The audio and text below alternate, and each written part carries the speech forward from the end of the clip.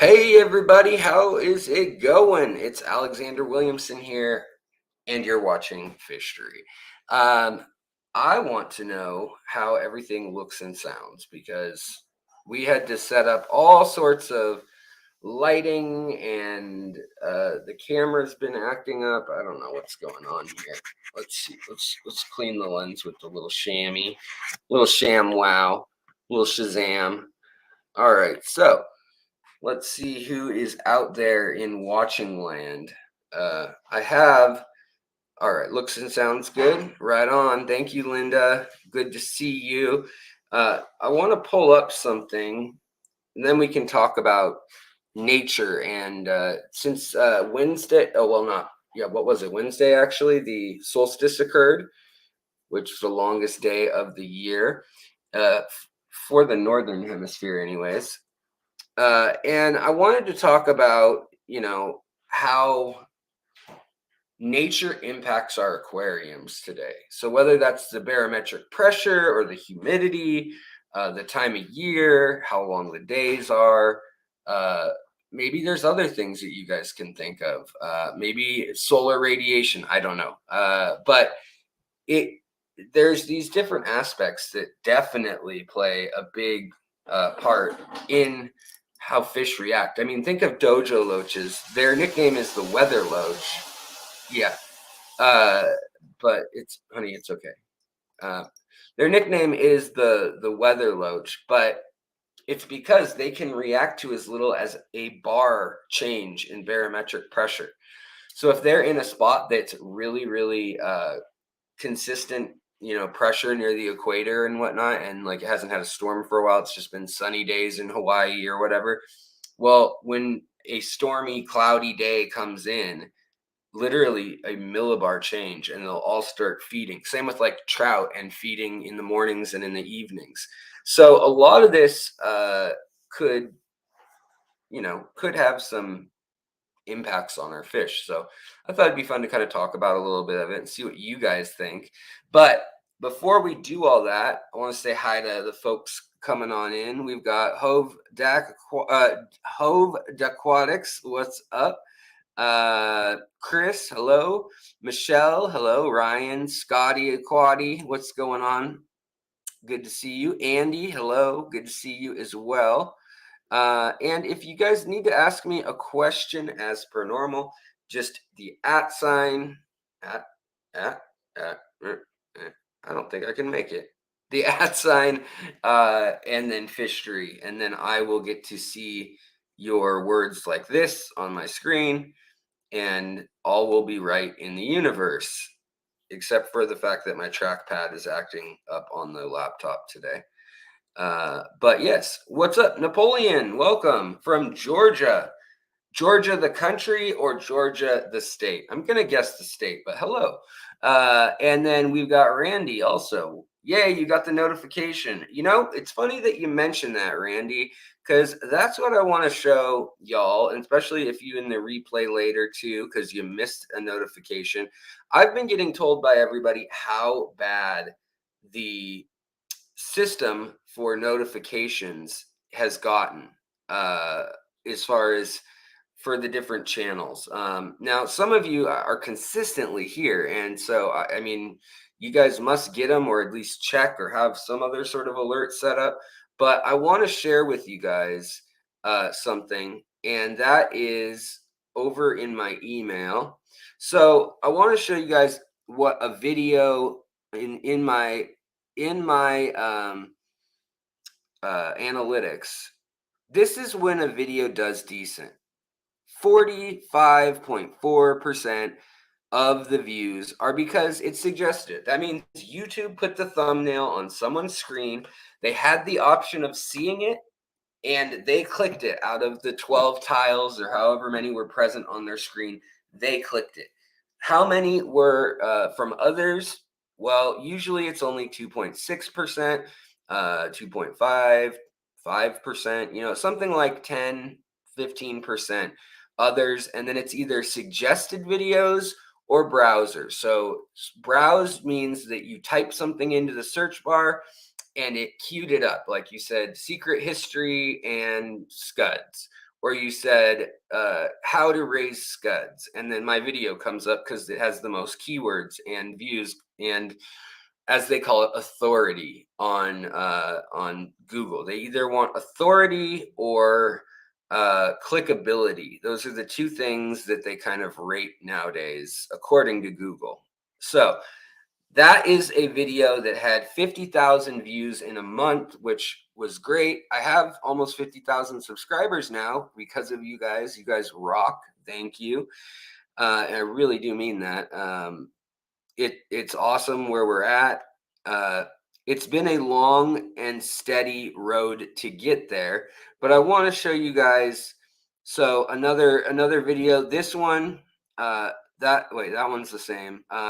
So that pretty normal. Here's another one that had good views. This one here, and this is on the little bit lower side. You can see that the browse features are 30%. The suggested video is around 30%, 29.2 right here. And this one had, I think, 10,000 views on it. This was the one of sustainable ecosystem in your aquarium, how to jumpstart that. So those are what the normal things look like when the steady, healthy channel is going on. Now I want to show you guys what, when they ban your video, or rather when they no longer will suggest your video, this is how much it changes. So the browse feature jumps up to 58%. Channel pages, which means like people on my homepage already went and searched for something and it popped up. And then there's, links from other sources were 12%, but they only suggested it those first few hours to 8.4% of people. And then they stopped. And you can actually see above in this one, there's a graph where they suggest it and then boom, it levels off and they stopped completely showing it to people. This is impressions. So that's what a shadow banned video, like one that we know is banned. Well, let me show you what my videos have been doing lately. And this is just incredibly frustrating to me. But look at this. So this was today's video. 11% suggestion rate. And you could say maybe it's the clip art, maybe it's something like that. But this is lower in some cases than videos that are demonetized. I mean, some demonetized videos end up having somehow a higher rate. And notifications is at 12%. So out of everyone subscribed today, it only told, or it even only showed 12% of my subscribers anything about that video that I made. So kind of frustrating. And I don't know what triggers it. It definitely, let's see if we can pull both these up at the same time. No, we can't. But so here's a healthy video. I mean, look at how the balance. You got big section, and then some little sections. And then on the other one, you've got all these little pieces, and the littler of the pieces are over here. It's really, really frustrating. Now, I pulled up another video just because it made me frustrated to see also. Where did it go? I think it's, it's this one. The one with the sad face. But suggested video, this was a video 3 videos ago, 11.9%. So, I mean, these numbers, there should be 3 numbers that are like, take up this whole gray area, and then it should be half this color and half the purple. But instead, it's not. It's not the purple. It's not the notifications. I would be fine if it were 3 parts even. That's what a mediocre video usually looks like. But clearly, they're not showing the video to people. And that is really, it's really making me scratch my head. Like, what did I do to you, YouTube? But I mean, there's something on the analytic game or on the, search words or SEO. I don't know what it is. that puts you in the doghouse sometimes. And it's coming at summer when it's already kind of a slower time. But I don't know if they change something, the way they formulate things. And YouTube has you constantly guessing on this like treadmill of like, what am I doing wrong? What am I doing right? And a lot of times you don't get much feedback other than that data. And that data right there, we can see that literally a banned video was doing better than, and by banned, I mean they don't promote it at all. Like they did it the first little bit, so it has that percentage skewed. But then the bots or someone reporting it caught it. It was the I don't want to say the name of the video even because it'll get this whole stream taken down. But it was the nose candy beta video making fun of the bear movie, the bear that gets into the illegal business. But yeah, so in any case, I don't know. I don't know what to do about it. Maybe we have a wizard of YouTube out there that's watching. But I would, yeah, Siamese battlefish, exactly. I can't say, actually, you can't say Siamese with it either. I mean, you can say Siamese on its own, but you can't say it too many times, or it starts like adding your points up, and at a certain point, it cuts you off. It's really wild. It's really silly. It's just like, I mean, probably today's video, the reason the shrimp video got shadow banned essentially is because it is a mini shrimp, which literally scientifically is either pygmy or dwarf. And those are the terms that are in the literature. Yet, if you say those, they think you're either being derogatory towards the culture in Africa, the cultural ethnic group of pygmies, or of the other group of little people. And I know it's not little people or African pygmy people that are complaining, because the pygmies are a hunting and gathering ethnic group. I mean, who knows? Maybe they have cell phones now out in the jungle and they're playing like Candy Crush while they like spear a rhinoceros or whatever. But you know what I mean. So, anyways, all right, I'm done venting. Nobody wants to hear YouTubers going, "Woe is me! I have to have a job that rocks," and stuff. But my point being is that my channel has been on this floating edge money wise for like 2 years. The money hasn't really changed in 2 or 3 years, honestly, not much. Maybe I'll be frank with you. I mean, I'll even share my analytics openly in a video if you guys want to see it. Let me know in the comments later if you guys would like to see what a 6-year-old channel looks like. It's nothing amazing, but you know, I'll make anywhere from $1,000 to $2,000 off of the analytics and the super chats and the ads and all that stuff a month. And that is not enough to survive in Seattle. That's probably not enough to survive anywhere, right? Actually, right now. Now, the most I've ever made was $4,000, and that was in December. And that was like really heartening, you know. And the videos were all trending. All those videos had sections that looked just like that, and everything I created was coming out like either 3 parts even, or the 2 parts of the graph were like 80% of each video. So it meant that YouTube was suggesting my stuff. I was in the groove. However, I've fallen out of the groove, and I've seen channels, whether it's Lucas Bretz or Steenfot Aquatics, or who else? Peck Tech, where they get to a point and all of a sudden it goes from like, you know, growth and then stop. That's kind of normal, the stops and spurts. And then it just levels. And no matter what they're doing, it just seems to just kind of creep along at this, you know, slightly growing, sometimes like 2 steps forward, 1 step back thing. But if anybody is, yeah, and we're live, by the way. So, Michelle, welcome. Oscar Jungle Tank wants to see the analytics already. Cool. Going G, what's up? Aquaballs, what's up? Another Slay, what's up? Valley Michael, what is going on? Yeah, YouTube is always trying to skew the featuring videos thing. Yeah. Cora, what's up? Nirvana Aquatics, Drifters Workshop, Yellowstone Aquatics. Yellowstone, what's up?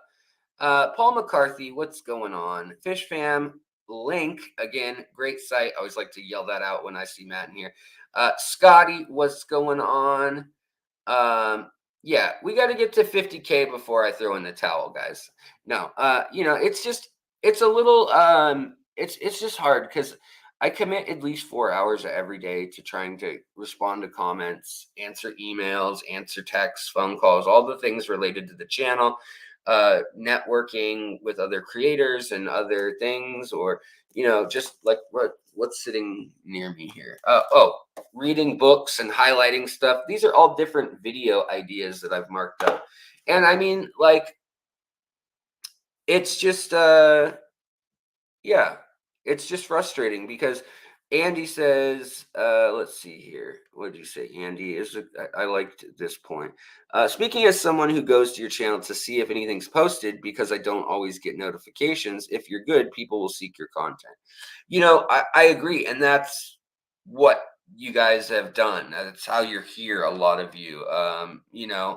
But it's just really frustrating when you work I don't know. I work. Well, thank you, Go and G. I try really hard to keep in contact with you guys, to keep this a community, because a lot of people don't want to engage with the channel. That's fine. They just want to watch it and scroll through whatever's on their feed. I get it. I like to veg out and do that too. But if this is a channel where you want to come and be a community member, I make a big effort to make you guys my friends. Like in real life, I talk to a lot of you on the phone or over chats or Facebook or different things in the comments back and forth for years, some of you. And I mean, as good as my memory can be, I try to keep up with it. And it seems like as the channel's grown, there's very few people that stick around as a community member per se for long. Like they'll be active for 6 months or a year, which is great. And then, maybe they get into woodworking, or maybe they have a baby, or maybe they have health issues, whatever it may be. And so it's just I don't know, frustrating in the sense that when I know somebody wants to be alerted, I know they want to come here and be a part of things, and they're not getting the alert. So I don't know. I'm done complaining about that. Yeah, I do get requests to spin up a Discord. I have some ethical issues with Discord, not to mention that I have a lot of ethical issues with Facebook as well.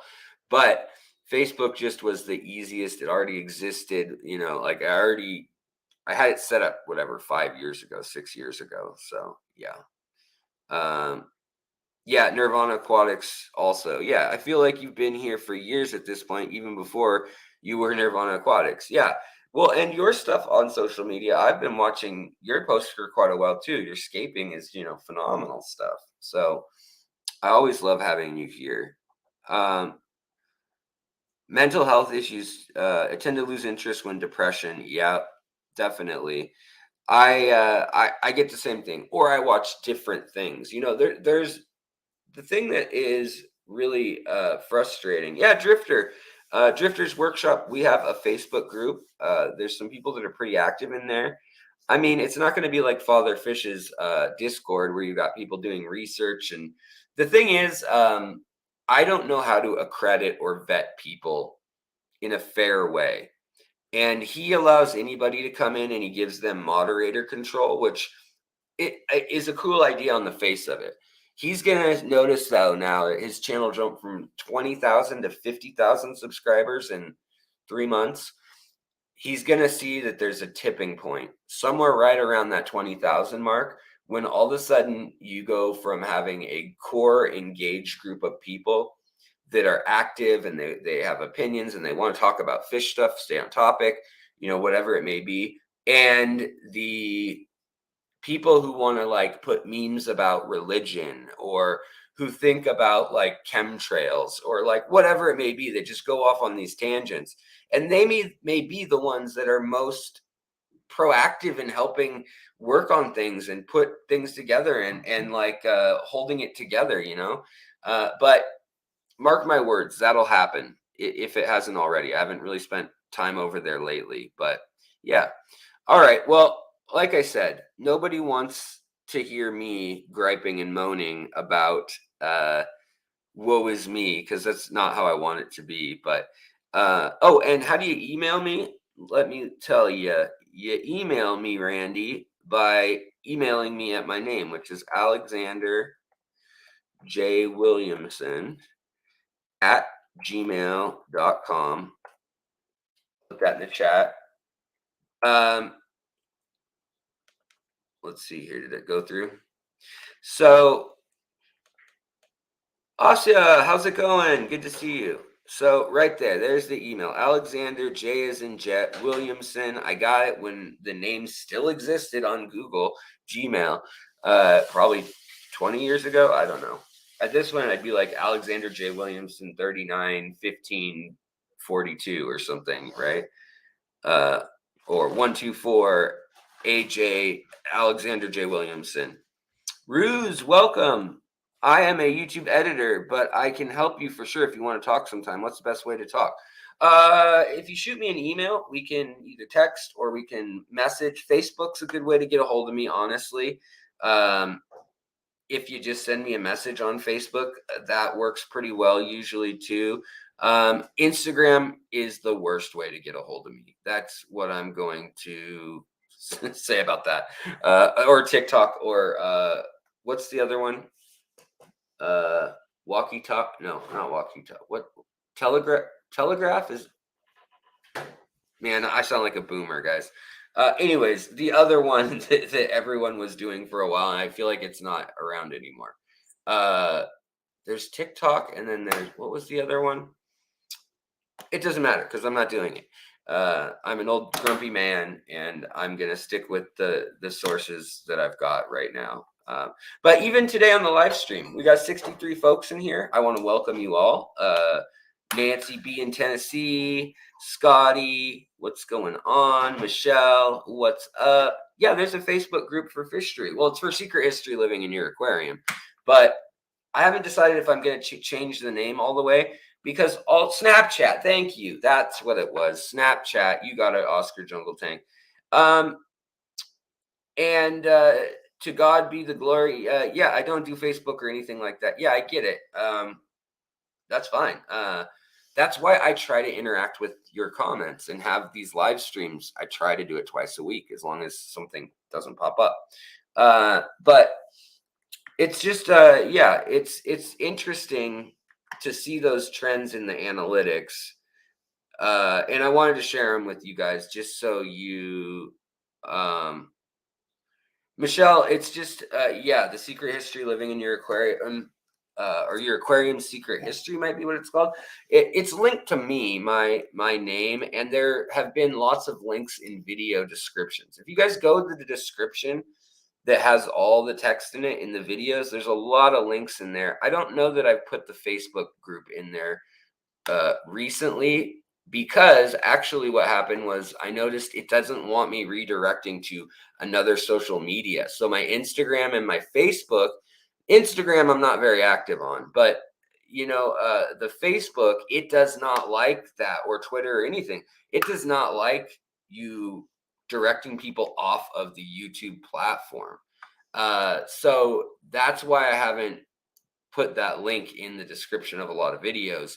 Whereas there's links to other things that are not social media networks, like PayPal or websites of people that aren't even affiliates, but that I just, like their products, or that I think are good products. Thank you, Luke. Luke, let's see. Will it let me? Will it let me? Will it let me, Luke? All right. Yeah, let's talk about what the title is. And let's see if I can actually do this. And somebody sent me an email, and I didn't mute my phone. Where did Luke's post go? Live chat has moved. Yeah, I know, phone. Come on. Oh, there we go. Let's see if we can pin this comment.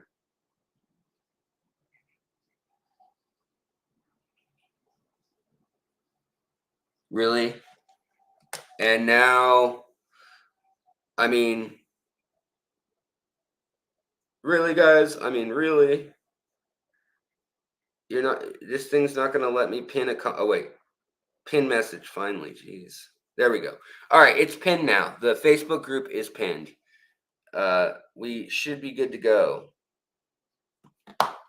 All right. So, born again farm girl painting every day. Now there is a name for a channel. What's going on?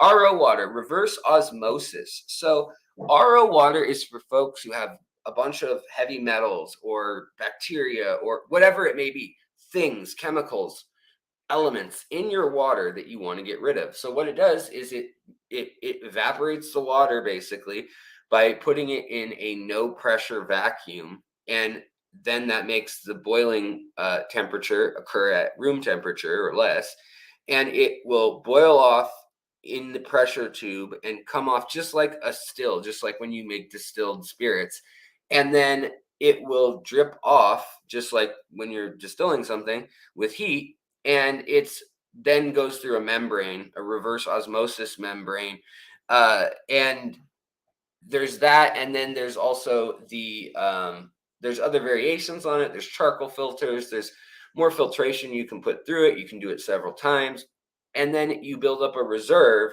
and you use that water from the tank that you have or the reserve. So yeah. Um, Yeah, if you have a well, it also happens. Yeah, exactly. Drifters Workshop too. Some of the systems are also just like you said, they're not even pressure based. You can spend different amounts of money. Some of them are a high tech membrane that things move slowly through.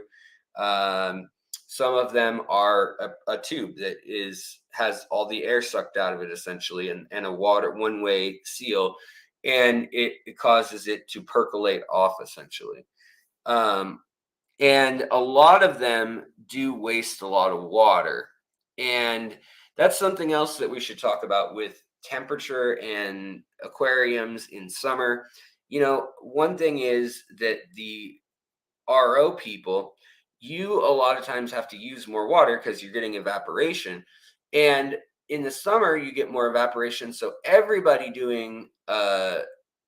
doing everybody doing water changes, um should be putting water that's equal to their TDS or lower, so that you're not constantly building up. And, even equal to is kind of like, if you're doing a water change, you're kind of just switching this for that. But over time, some of that does settle in, it does go into your plants, and then it ends up in your system. And over time, it will creep up. Now, depending on the RO system or the filtration system you have, there's a bunch of different kinds. And you can have anywhere from, like, for all the water you use, it may waste 50%. So if you make 1 gallon, it wastes half a gallon. Or there's some that will waste like 5 gallons to every gallon you make. And price has something to do with that, but also which technology of the ones I mentioned uh, it uses is another one. Uh, no one, not even fish, should have to use water out of the tap. Well, that's true. A lot of places like Flint, Michigan, would not use the tap water there. Don't forget to calculate your reject to check your water, to check your filter membrane. Yeah, that's right. And there you go. That's another great thing, Drifters Workshop. By the way, welcome. Is, it's great to put that water into use. If you do have wastewater that's high in minerals, that's a great use. Put it in the garden, or probably don't clean your car with it. It's going to leave a film. But use something, spray down the driveway with your pressure washer. I don't know, whatever. Find something for it. So yeah, and Luke, what did Luke say about it? RO is done using high pressure with a membrane. Deionization is done with resin and chemically bonds to the last potential 1 to 3 parts per million TDS makes truly pure water. Yeah. So Luke, are you using the deionization with RO right now, or are you just using RO? Because I know some people have. Come on, if I disappeared, I apologize. Hold on, let me. My computer is acting up. Let's see. I bet I'm still on camera. Let's find. I'll see if I can find out if I'm still on camera. But the thing disappeared off my computer, and I can't get the mouse to reappear. So hold on one sec, guys. I'll just keep talking blindly. Actually, I can look at my phone and work off that. So hey guys, how's it going? No problems here over at the channel whatsoever. Love when I have no idea what's going on the computer. It's a good look, very professional. Um,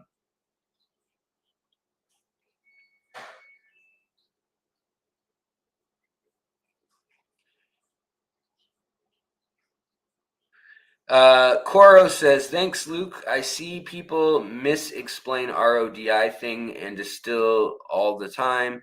For our purpose, it doesn't usually matter, but RODI is absolutely more pure than anything we can get. Yeah, you can make some pretty good filters, though, at home. I mean, they're not going to be as good. They're not going to be like chemical grade, like pharmaceutical grade or anything. But you can make some pretty impressive filters. In fact, there's a hippie gathering of people called Rainbow Gathering, and they filter their own water out of streams, and they do it with charcoal PVC piping. And a lot of times they'll do a reverse pressure thing or a pump where you're actually pumping the air out, or some of it's using high pressure through a membrane and pushing it through charcoal or, like I said, a membrane. There's different combinations of all of that. Some of them have like a bunch of different combinations. You know what? I also wanted to say, I thought I saw Michelle say something about her having a big health issue going on in the family on Friday or Monday, I mean. So she said, pray for me. So that's never a good sign. So if everybody could put their best wishes towards Michelle and her family, that would be great. I don't know why my guys, I'll let you guys see what I'm seeing, which is just like, look at this mess. So I try to use the trackpad, and this is like, I'm trying to use it, and it just won't do anything. Today's just going swimmingly with the tech. Gosh. Well, I'll just use my phone for now. Okay. So, Luke, so glad it's warm enough to keep smoke out of the fish room. Oh man, that's another good point though. Is the forest fires? Those in years past were never an issue in Seattle, more than a few days. The last 5 years, holy smokes, they have been bad. I mean, up to like 9,000 parts per million in the sky. I mean, it smells like an intense campfire, and you can't even see a quarter mile. For a while it was so bad that like they were saying don't go outside 2 years ago, 2 summers ago, and that's to a point where it actually will impact the health of your aquarium if you were to leave the windows open and allow that just to exchange, because you have a gas exchange depending on the ambient pressure and the temperature and a bunch of other factors of just oxygen coming and going from your water, and CO2 coming and going, and nitrous oxide and carbon monoxide and carbon dioxide, all of them just doing their thing. And yeah, it's pretty wild. Um, it's saying the email isn't working, but what's your name on Facebook? What do you mean email isn't working? It's just Alexander J. Williamson at gmail.com. You type it in to your email and send it off, and I'll respond when I'm not live, unless I'm misunderstanding somehow. I mean, it's probably not a live link. It's just spelled out because your device has to know the live link. Like your device, your phone or your computer would have to know, oh, that is an email address, so I'm going to open the app that they use for email. It's not a website, so it's not just like a hyperlink. It's just you'll have to type it in to email me. How do fish respond to THC? Not much at all. There have been studies on it. CBDs, also not much at all. They slow down a little bit. I have an entire video of fish on substances and tests they did during, actually, it was Project MK Ultra, which talk about conspiracy theories. There are some legitimate ones, but what was declassified was they were working on trying to understand the effects of a bunch of different chemicals and psychoactive chemicals, and they tried them on bettas and zebra danios and goldfish and Medaka rice fish.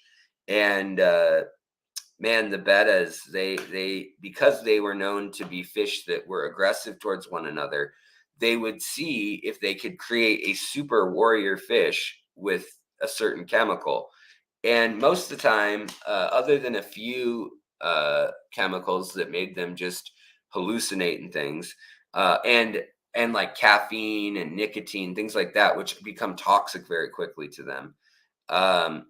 It's kind of interesting what happens, but go watch the video if you're interested. It's a shadow banned video, but if you look for it once you're on my homepage on YouTube, you'll find it. If you look up Lucy in the Sky with Diamonds, the acronym to that, and bettas, you'll find it. It's also where those original videos, not the spoof ones, but original videos with spiders making different webs on different things. Yeah. All right. If you have RO wood eaters, nah. I don't use DI, I just use RO. Yeah, Luke.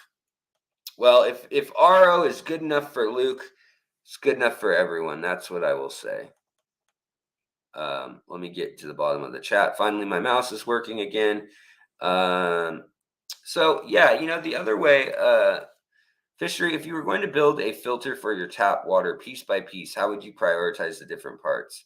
Spin down, sediment, carbon block, resin, membrane, etc. I don't know that you would need all of the parts, quote unquote, that you would need for pharmacological or certain chemical applications. You would want to figure out what's in your water first of all. If it's nitrates, maybe you just need to have something like a barrel with plants. If it's calcium and carbonates and things, then maybe you just need a traditional filter or some sort of chemical filter that will absorb it. And you can change that out, and you can price out what's going to be cheaper. If you don't change your filter a lot, or if you don't change your tank water a lot, and you have climate control in your house, like AC, well, maybe then it will work out where you don't need to constantly be changing a filter. Whereas like here in Seattle, almost none of us have air conditioning in our houses or central cooling. Just we have heat, and that's it. Central forced air or radiant or whatever it may be. But because of that, nothing controls the humidity either, other than whatever we put in a fish room or in a room with the tank. So I have a dehumidifier, and actually the RO or the dehumidifier actually creates water with a TDS of about 3 or 4 parts per million in my fish room. And that's a cheap dehumidifier. And it makes about 1.5 gallons of that every 12 hours. I have to change it out if it's full humidity in there. And it'll bring my humidity from 80% in that room down to like 40% in that room if it's running.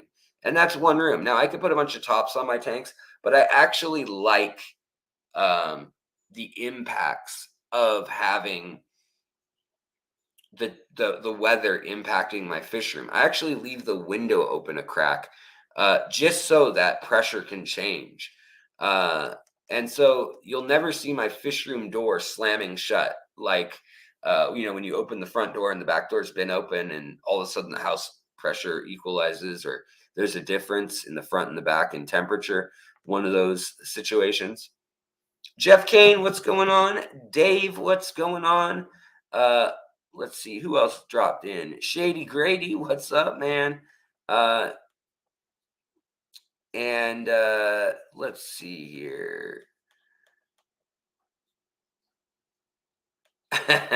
Yeah, I'll make your bold claims. Amisa, what's going on? Good to see you. And Ruse. Oh, you were typing it wrong. Okay, no worries. I'm out here explaining email hyperlink type stuff, and I should have just been quiet. Luke says, in my experience, dehumidifier TDS is pretty much all organic substance that plants can absorb also. Yeah, my water's super soft anyways, I should say that. And the water absorb, or what should I say? The water evaporating from my aquariums, it's not doing so forcefully. It's not being boiled off. That the room's 80 degrees or whatever. So I mean, ideally I want it about 74 degrees, but the room's usually about 80 degrees. And that means that, and today it's 84 because that's what it is outside. So I actually need to get the AC ready. And it's so weird. It's like groundhog, or not Groundhog's Day. Not the opposite of Groundhog's Day. What's the opposite of a groundhog? Something that lives way up in the air. It's Bald Eagle's Day. Where, I just, it's totally new to me to need AC and to need to control all that. It's wild. Um, yeah. Nirvana Aquatic says you can put a dehumidifier outside right now and have a bunch of water in 10 minutes. Yeah, a lot of people can actually. And if you can get one for free or whatnot, the only thing you need to check about a dehumidifier is if it has copper tubing as the thumper keg or coil, as they, you call it. I forget the name of that actual process that decants water or evaporates and then recollects water. It has a name, synthesis barrel or something. But anyways, a skyhog instead of a groundhog. Yeah, I like that. But yeah, so 808 Beasts Playground. What's up? 808 Beasts. Is that Hawaii? What beasts are in Hawaii? Sharks and boars? Oh, by the way, guys, did anybody see the footage out of Egypt of that shark attack? It is the most horrific shark attack footage I've ever seen. Don't watch it if you're squeamish. I actually like it. It rattled through my head like a bunch of tin cans, man. That thing was haunting. This 23 or 4-year-old Russian guy living in Egypt got attacked off the coast near Alexandria, I believe it was, by a leopard shark, and it ate him. It ate his whole upper half, and yeah, not good. Um, so that's pretty rare, though. I think they said 1828 was the last shark attack that killed someone in Egypt. I think that's what the article said. I didn't check that or anything. Egypt shark attack, that's news. Well, kind of. I mean, the Nile has like bull sharks in it and stuff, but I mean, the coast is on the Mediterranean on one side, Red Sea on the other, and the Gulf of Aden's right off there too. So it's actually surrounded by water, but it's one of those water everywhere, not a drop to drink kind of situations. Poor Egypt. Um, yeah, we could turn this into a Discord conspiracy. We got flying sharks that build the pyramids. Yes. Yeah, going G. Drink your tank water like Alex did. It builds your immune system. It won't build your immune system, might kill you. It will build character. Not good character, but character. It'll make you a character. Vinoski, what's up? Good to see you. Uh, you know, I want to figure out a new way when I stream too, to like not have to look at the chat and stuff down lower. Maybe it's just I sit farther back or whatever, but my eyes are always darting down or at the screen like they are right now, and to look up at your beautiful faces and say hello, people. I'm staring at this little pinhole way above the computer, and it feels so unnatural. That, and I kind of have like eyes that already look like blazed, even though they're not. They're just always swollen. But trust me, I'm a Dr. Pepper. Uh, I thought something was pretty hilarious, and I'm probably going to make people mad by saying this, but I saw a video today while I was doing research last night. So I guess I saw it last night. I saw a video last night. I already lied. I'm already the liar. I made a video last night that I was editing last night on the green filter lace shrimp. And there was a video that said, use BCB aquariums and you can grow a mono shrimp in one tank in fresh water all day long. It was on Dr. Novak, as he calls himself. I'll call him Mr. Novak because I can't confirm that he has a PhD in anything or a master's in anything, nor will he give that info, nor has he ever published anything that's peer reviewed or reviewed by anyone other than people that have reviewed his books suspiciously also. But I will stop bashing him because I don't want to drag down the science of like plenums and stuff with him, because that stuff's good science. He does have a lot of good stuff to say, but some of the stuff he says is crazy, like this. So he put up a video saying his Amano shrimp were reproducing in fresh water and that he'd never had them do that before. And it was all because of his biocenosis system, and that it's because of the ionization probably, and that no one can do it, and it's as easy as cake with his system. Look at these baby shrimp, they're going to grow up and be fine. And they were like, they had just hatched like that day or the day before, and I'm like, bro, have you not kept a mono shrimp? They get pregnant all the time, they have babies frequently, they won't live more than like 4 or 5 days in fresh water because they wash out to sea in the wild. But it's no accomplishment to do that. Now, if you raise them, that would be an accomplishment. But here's a guy who's claiming to be a PhD ichthyologist, and he's making a video about that. And it just that was another one that set me off last night. And I was like, I must tell every fish nerd. So you can go watch that video and give him crap if you want. It's on his channel. I think it's like something most aquarists will never see as easy as cake with my anoxic filtration system. You're still trying to find laterite because of him. Well, I'll say that there could be, I mean, just get kitty litter, come on. Or get what's the other stuff called? Diatomaceous earth. Diatomaceous earth. Or you can go get, usually I think, what is it, organic kitty litter from Walmart. Is it the red bag? I think you can do that too. I don't know. There's a bunch of like ghetto ways to do it. So yeah. The Sacramento Aquarium Society will have someone who has raised a mono shrimp. I'm looking forward to that lecture. Yeah, the Germans have done it. The Asian countries have done it. And there is a way to do it where you step down and you pour them into a more and more, like, I think you start at slightly brackish and then you put them into more and more salty. The thing is, you need to be feeding them the same kind of food that very small corals eat. And then you need to raise them up to a size where they'll then go back into the fresh water. Then you need to either bring them into that fresh water, or like most people I've seen who breed them, they leave them in a brackish tank because that's just a lot easier. So yeah, Special Kitty, I think, is the brand. There's a bunch of brands of the kitty litter that have it because it's just clay. It's just a specific kind of clay, diatomaceous earth. Montomorolonite. I don't know that word. I'm sorry, Brandon. Plus some iron ferts works too. I didn't know that, but that's great to know. Yeah.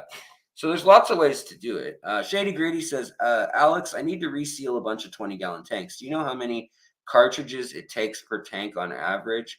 The tanks are only $27. Aqueon cartridge is 23.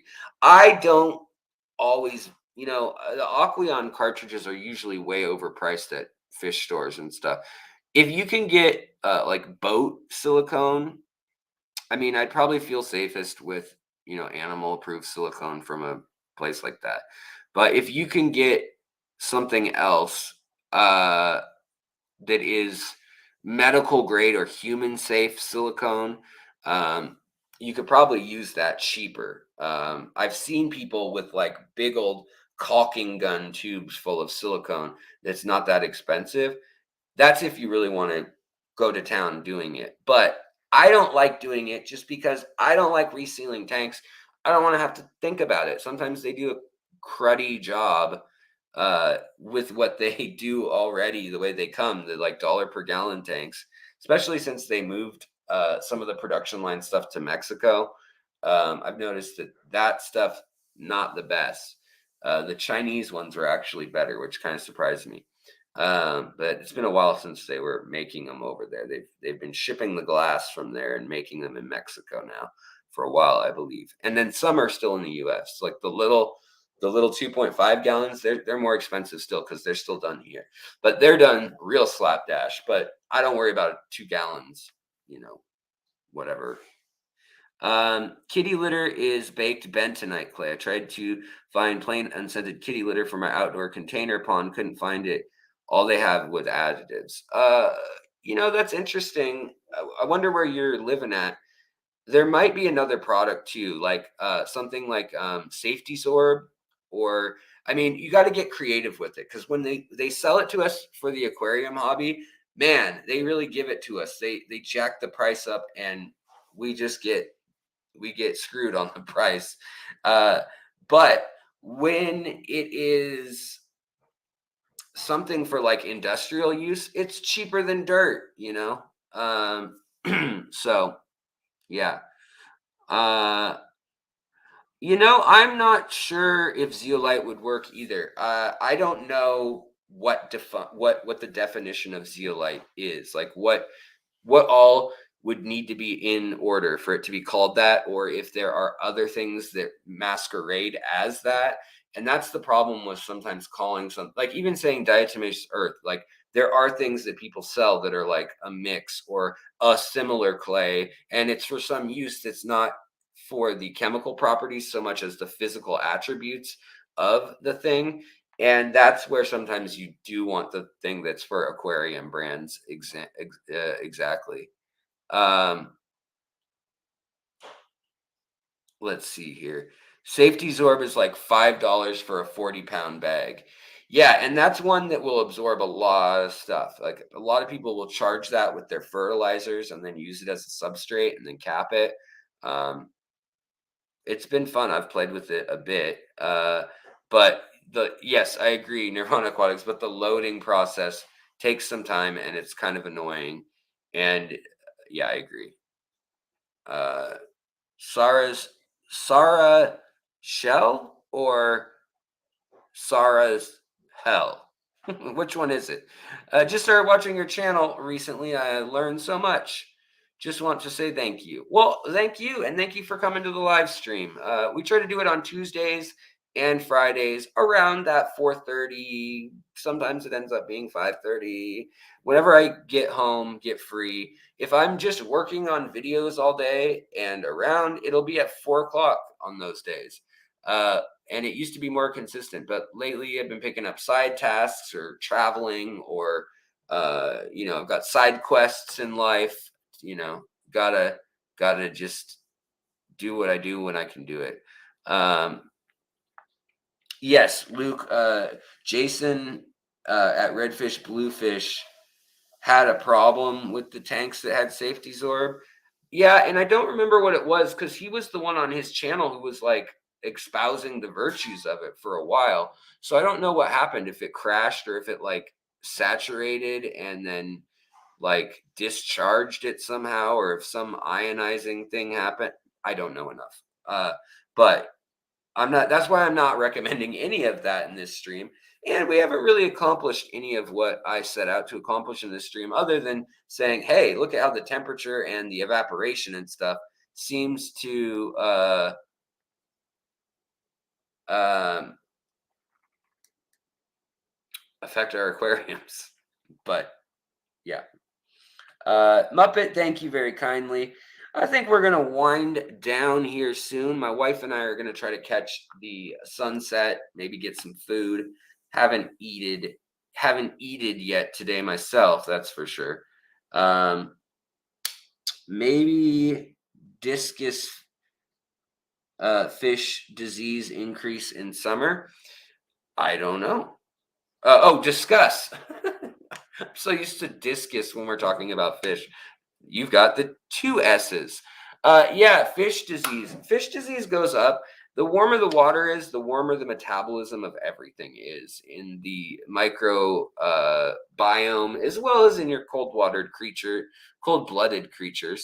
And the reason, like when you have ick, that you turn the water up in temperature is because it actually increases the speed in which the metabolism of those creatures is impacted. So their lifespan speeds up, their life cycle decreases in time and length because they're living quicker, their metabolism's going faster. So you will see a lot more of things like ick, things like the cotton mouth, or the cotton disease, and colmenares and things like that, the non-parasitic issues. You'll see a lot more of those in the summer. And the best way to deal with those is to don't add new fish. No, the best way to deal with those, most of those are dormant in your aquariums. And if you can reduce the stress, add things like botanicals, plants, keep things steady. Don't do ginormous water changes and temperature swings. That's going to be the best thing you can do for your fish, really. There's advice all across the board on other things you can do, and take that or leave that. I don't know what to say, but uh, some of it's good for some people, some of it's good for other people, but I don't want to steer you any one way with medications or prophylactic medication. But I do want to say the consistency will keep your fish healthier than anything, above all else. Even if that's hard water and you have blue rams, they're going to be happier at a consistent temperature, consistent TDS, consistent pH, than if you're adding new things and changing this and adding a chemical for algae and adding another chemical for carbon and another thing for this or that. All that, people fiddling with their tanks. Like when I give someone advice and then I follow up a week later and they're like, yeah, but then it got algae, so I put some Excel in it, and then that got cloudy, so I put some water clarifier in it, and then it didn't really clear up after. I mean, it did right away, but like then it got cloudy again. So I figured like maybe it was the algae stuff. So I did a 90% water change, but then I forgot my heater was on and the coils got too hot and it burned out. And then my heater wasn't on, and then everybody got ick. And then it's just like always this cascade of stuff that occurs when you could just leave it alone. Just move the one or two sick fish, have a QT tank ready, or heaven forbid, just let them go in the garden. And yeah, let's see here.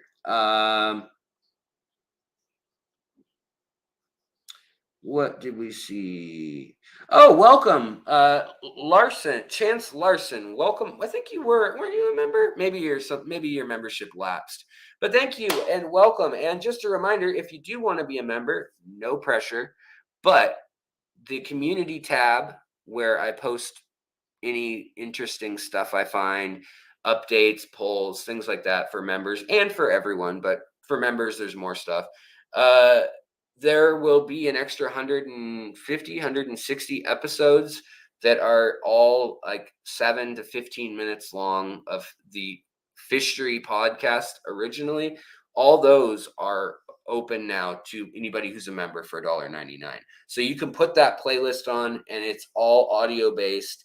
Don't have to look at the screen, and you can drive and get yourself quite a few hours of extra entertainment, plus anything extra I put up there, any behind the scenes stuff or stuff that I know that's just going to get demonetized immediately. Sometimes I will put it up on there.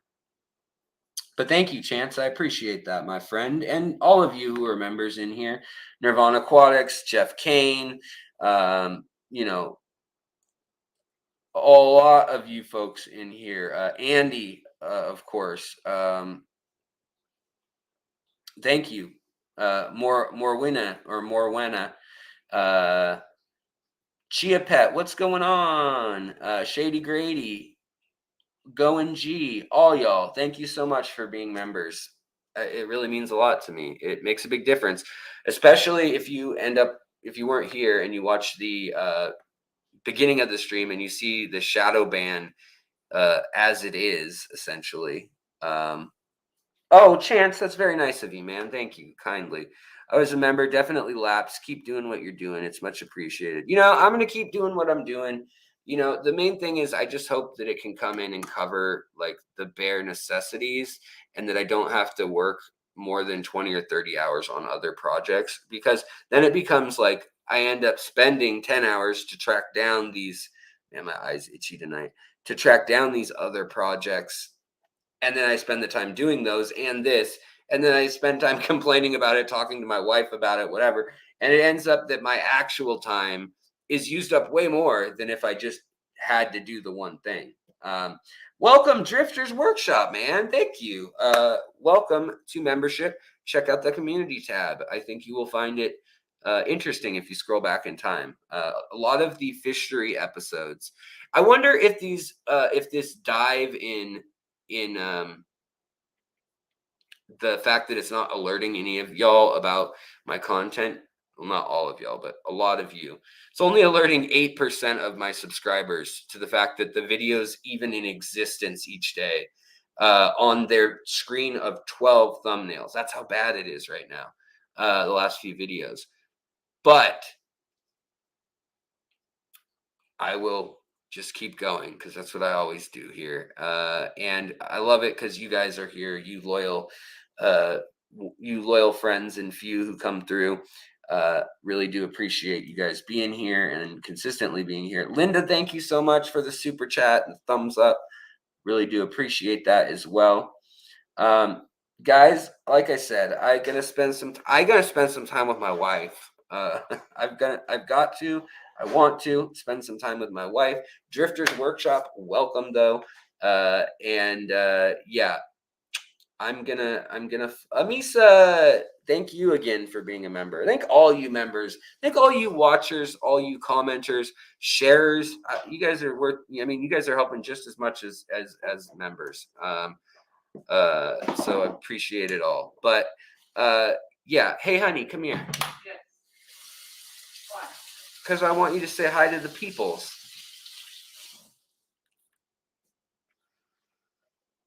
Because I'm leaving them and I have to show them what could possibly be more important than them. And that is my wife. They can't see you. Come here. This is my wife, my loving wife who puts up with all my bull snickety. So thank her for allowing all of this and this to happen. We're gonna go to the beach hopefully and catch the sunset. So thank you, Going G. Someone says it's a beautiful wife. So have a wonderful day, everybody. Thanks for coming by. We'll next time we stream, we'll probably be looking. We still need to do more tank reviews and input and feedback. I still got a ton of emails from y'all, but thank you guys for being here. Welcome new members, old members, future members, people who are quitting, all of you. Jumping ship, I understand. All right, guys, have a good one, and I'll see you later. Take care. Oh, how do I end this thing without the mouse? No. Oh boy. All right, this is comical. So trackpad, I'm moving it, but there's no mouse anywhere present. Come on, where are you, mouse? Let's see, can I do a delete? Are you kidding me? Do I have to do a Control-Alt-Delete?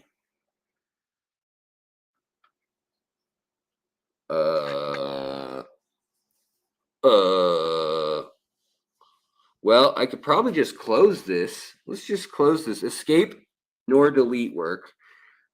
Uh,